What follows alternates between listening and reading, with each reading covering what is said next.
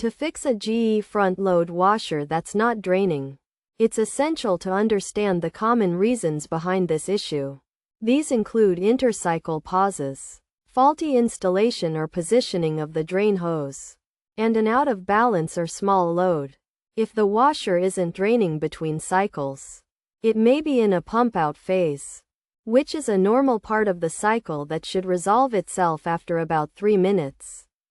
Assessing the drain hose is also crucial. It should not be higher than 8 feet from the floor, nor should it be kinked or squashed by the appliance's weight. Checking for clogs and ensuring the hose is clear is also important. Additionally, balancing the wash load is vital.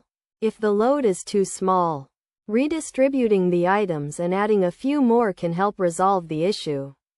By addressing these potential problems, you should be able to fix a GE front-load washer that's not draining and get it operating normally. Again,